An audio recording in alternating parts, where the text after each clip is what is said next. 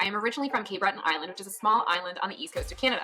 Growing up as a Cape Breton Islander, you were immersed in Scottish and Celtic arts. So my personal passion was Highland dancing. I often joke that that is actually where I started my sales career. We had to do a lot of fundraisers. I realized after a while that if I can sell saran wrap to a stranger, maybe this is something that I could do to make money and have a career. Where my career really started to take off was when I started working with a tech startup called Radiant 6. We eventually got acquired by Salesforce. After the acquisition, they asked me to help run the pilot project. The catch was I had to be both AE and CSM. The pilot project gave me the chance to see the impact of the full revenue cycle, from sales to renewal and expansion growth. And how did the project pilot go? Well, seeing as how I was consistently achieving 150% quota attainment and higher and had 0 customers churn during the pilot, I would say it went pretty darn well. I've led some pretty exciting client engagements across go-to-market. One client who experienced a 178% growth in revenue in one project. And in others where I helped teams go from below 45% quota attainment to achieving 100% attainment, and with some reps even exceeding their quotas by over 150%.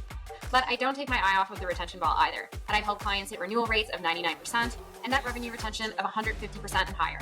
I'm an operator consultant, which means rather than simply pontificate and create a bunch of fancy slides for my clients, I actually roll up my sleeves and I get my hands dirty alongside my clients. I do everything from data analysis, strategy reviews, process audits and creation, and call reviews, rep training, and coaching. Hi, my name is Indu, and I'm one of the co-founders of Quota Attainment. I was born in Boca Raton, Florida, but I've lived all over the United States, with a majority of my life spent in the Bay Area. One of my favorite things in life is to travel. I maybe liked it a little too much because about 2 years ago, I decided to permanently travel to a little island in the Caribbean called Dominica. And this is where I live now. Growing up, I never dreamed I'd have a successful career in sales. No, literally, I never dreamed that I'd ever want a career in sales. I've always considered myself an introvert, a listener, an observer, and that didn't really mesh with what I was seeing when I saw what salespeople were supposed to be. And what I started to realize is the traits and the skills that I thought were really the antithesis of a good salesperson ended up really benefiting me and working in my favor. These were personality traits that helped me with things like relationship building, critical thinking, natural curiosity, active listening, things that really work for salespeople today. This ultimately helped me excel in sales and have a career that I love. Throughout my career, I've noticed that coaching and training doesn't seem like it's really caught up to where it needs to be.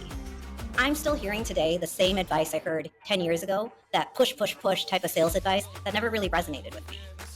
Or I'm hearing the opposite, that is so pie in the sky, philosophical sales advice that is coming from a lot of people that haven't actually sold before. This ends up being advice that is so impractical for an actual sales rep to leverage that it never gets executed on. This discrepancy is what got me into sales leadership and eventually into consulting and coaching. I know that there are people out there like me who don't necessarily feel like sales is a fit or don't feel like they have the personality traits to do sales effectively, but I think for most people that's just not true. And I think a lot of the resources, as I mentioned earlier, just aren't a fit to really get you to be that effective salesperson. That's why I started to focus on coaching and consulting to get reps who want to be successful salespeople the right skills that they need to tactically and practically execute. As a sales leader, I operated the most profitable team at our global company. And that was with a team of completely green reps, people who hadn't even sold before. And I've been able to work with clients who've been trying to help their team close more revenue and hit their quotas. In my experience, I've been able to help teams more than double their quota attainment in just a mere few months.